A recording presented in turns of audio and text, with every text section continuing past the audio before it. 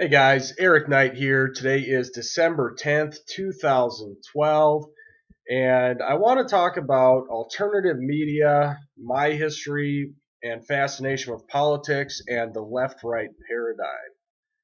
So, to begin with, I've been following politics probably pretty religiously now for about 10 years. Obviously, I'm not that old, but it's been one of those things that I've always been fascinated with leadership. And obviously, the presidency, vice president, the senators, politicians, they have pretty big leadership roles in our society. And I don't just limit it to that. I've always had a fascination with leaders in sports teams, executives in companies, entrepreneurship, the movers and shakers of this world, the real difference makers, the people that can change the course of events and change history altogether. So it's been one of those things that I'm kind of drawn to like a moth, heading up to the light. But when I started really following politics, I was probably a junior in college, and I've always been, well, back then I was probably more or less a pretty diehard Republican. And ironically, where I went to for my news for the probably at least the first few years was MSNBC. And this was more or less during the Bush presidency, or at least his second term. And it was pretty entertaining. I enjoyed it. I guess at that time I didn't know a whole lot about the issues, but I found them to be much more entertaining than, say, Fox News at that time.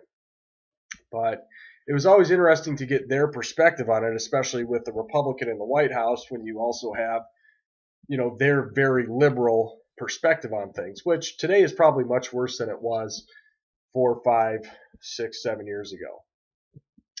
But after a number of years of that, kind of became pretty disgusting. I mean, it was they would just destroy Bush. No matter what the guy did, they could find a way to spin it or make it look really bad. And you know, an issue to address at another time.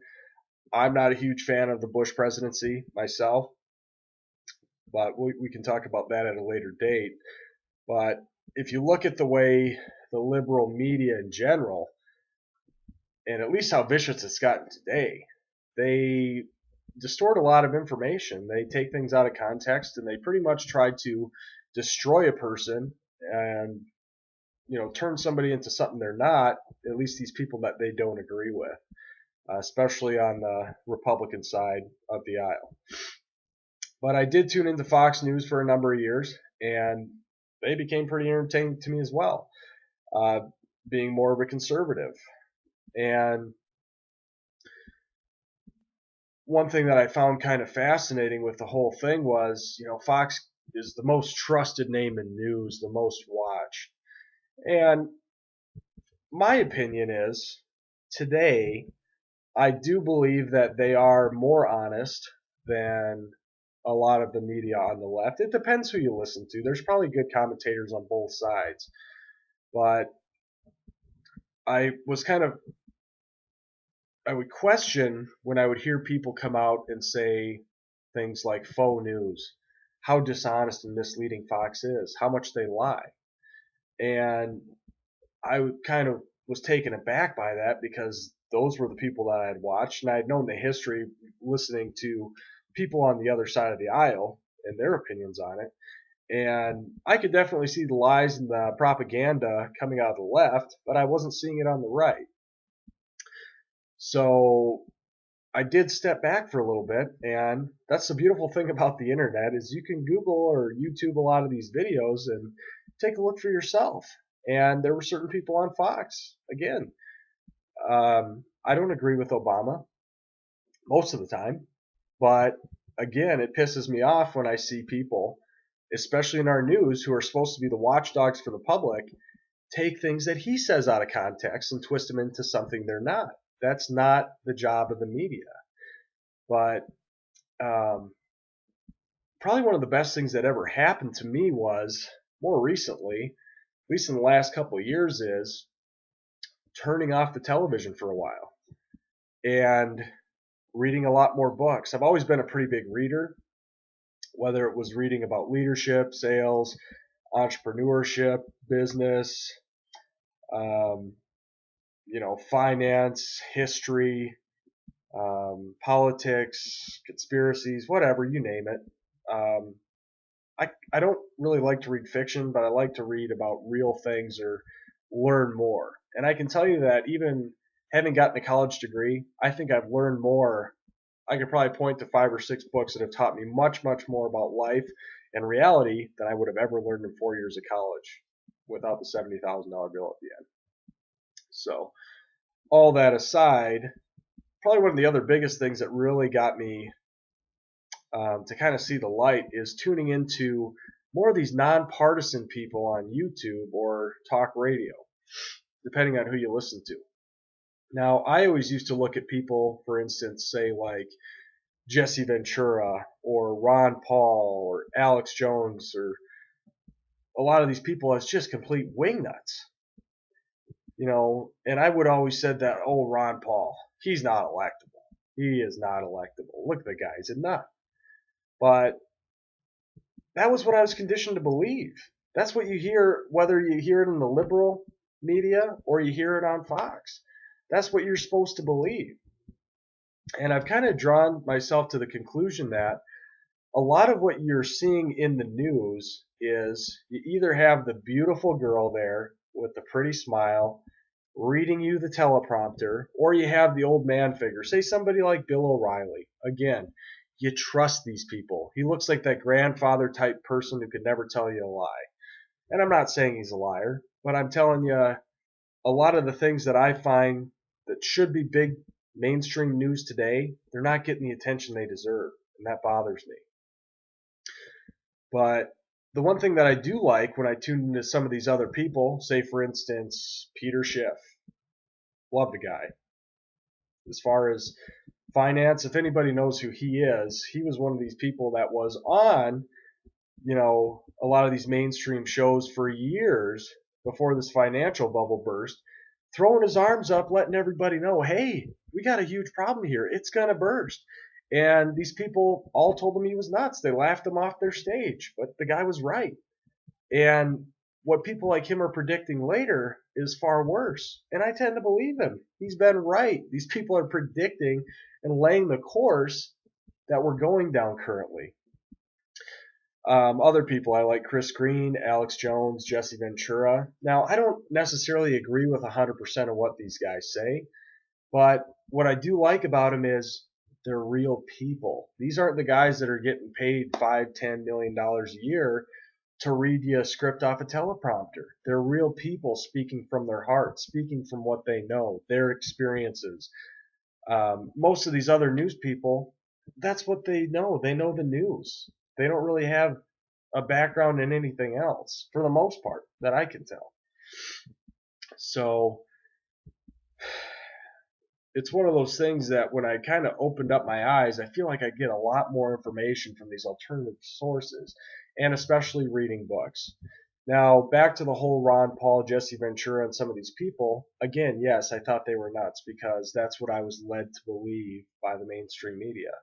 But one of the things is, I went out and I bought some of their books. I read their books. I listened to what they actually had to say for themselves. And a lot of it is just so practical, such common sense. It's something that just about everybody would agree with if they knew what the truth was, if they really knew who these people were. But they're fed a distorted reality. These are the people that they're seeking the truth. They're trying to give the truth to the public. And unfortunately, today it seems like truth is a little bit stranger than fiction. And they try to destroy these people. They discredit their information. I had some liberal that I debate with the other day tell me we were talking about global warming.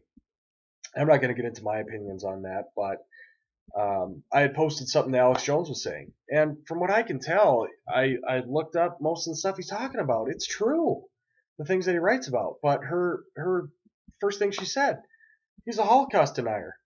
Well, okay, show me the clip. Show me some evidence where he actually came out and said he's a Holocaust denier. I don't think that exists. I mean, I've heard him talk about a lot of things, but that's not one of them.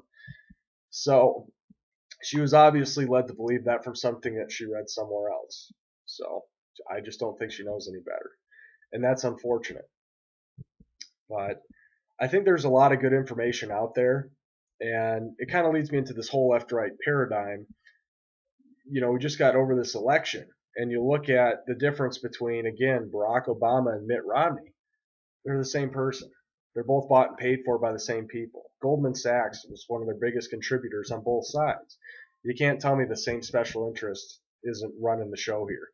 So I find that to be pretty concerning. And again, you look at the Republican Party today, it's not the Republican Party of the past. You also look at the liberals. One thing that I'm just so disgusted by, and they're good people, they mean well, but there was all these promises Barack Obama made in his 2008 campaign that he hasn't followed through on. And big one, I think he was going to get rid of the Patriot Act, from what I can understand. Well, now we have the NDAA, an extension of the Patriot Act, and an elimination of your Bill of Rights if you're found to be a threat. So I find that to be pretty disturbing. There's a lot of other things, but both parties are basically the same beast. And I think until people can really step outside of their emotions and really step back and look at the whole big picture to try to really figure out what's going on, whether you're a Republican or a Democrat, we're losing our liberties left and right in this country. They're playing us on our fears. Since 2001, after 9/11 happened, boy, things are turning around in a hurry. It's a pretty slippery slope, but it's all in the best interest of keeping us safe. So obviously I want to stay safe, but not at the expense of my liberties or my freedoms. The executive branch today is getting pretty big, pretty powerful. A lot of people still say, oh, wow, this is America. We've got the checks and balances. We've got the Congress. Well, we've got a lot of executive orders sliding under the radar. A lot of this stuff is not making the mainstream news. And it's pretty concerning. Again, when I tune into the mainstream, they're telling you a lot of things. They're playing up a lot of these really trivial, stupid issues that really don't mean much. Yet, this Titanic's about ready to go down. There's a lot of things that they should be throwing their arms up. We got some really big problems, and if we don't get serious about addressing them, it's over. So, my whole goal with this little night show is sharing what I know with you. And I don't have all the answers, but on a day-to-day basis, I keep trying to expand my knowledge and grow as a person. I try to learn more and more. And I think to know and not to do is not to know. It's what you do with it. My goal, whether I reach an audience of 1 million, 10 million, or 5 people, doesn't really matter to me.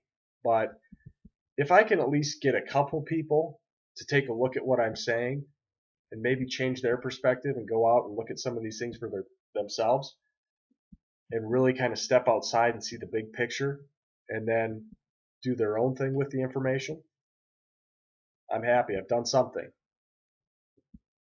That's about as much as I can do. So the best thing I can say is there's a lot of good books out there. I wouldn't, as I've done in the past, formulate an opinion based off what somebody else tells you. I'd go out and hear it from the horse's mouth. Go read what these people write. Hear it from them. Find out who these people really are. Step back and look at the big picture. Set your emotions aside. Don't look at it as a left or right issue. Think about it as being an American, living under a constitution, having freedoms. Is that what you still want or not? Because if people don't wake up soon, it's history in the making here real soon. So I'll leave you guys with that. That's my take on at least part of the mainstream media and alternative media. I would highly encourage people go out and just see what else is out there and then formulate your own opinions. So thank you for tuning in, and God bless the United States of America.